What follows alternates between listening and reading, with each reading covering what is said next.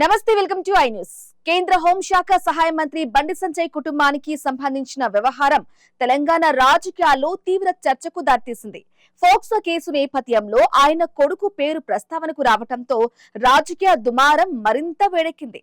ఈ పరిణామంపై అధికార ప్రతిపక్ష పార్టీల మధ్య మాటల యుద్ధం కొనసాగుతోంది. ఈ కేసును బీఆర్ఎస్ రాజకీయంగా వాడుకుంటోందని తెలంగాణ బీజేపీ తీవ్రంగా ఆరోపిస్తోంది.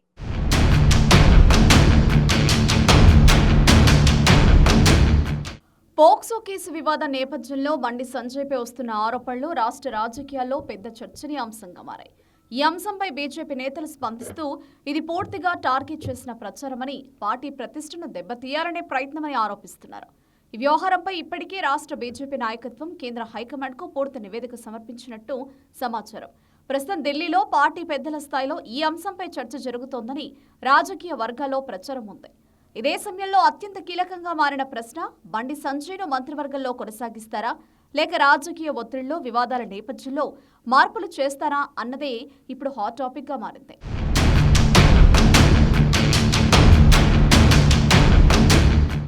హైకమాండ్ ఈ వ్యవహారాన్ని పూర్తిగా పరిశీలించి అన్ని కోణాల్లో నివేదికలు తీసుకున్న తర్వాతే తుది నిర్ణయం తీసుకునే అవకాశం ఉందని తెలుస్తోంది.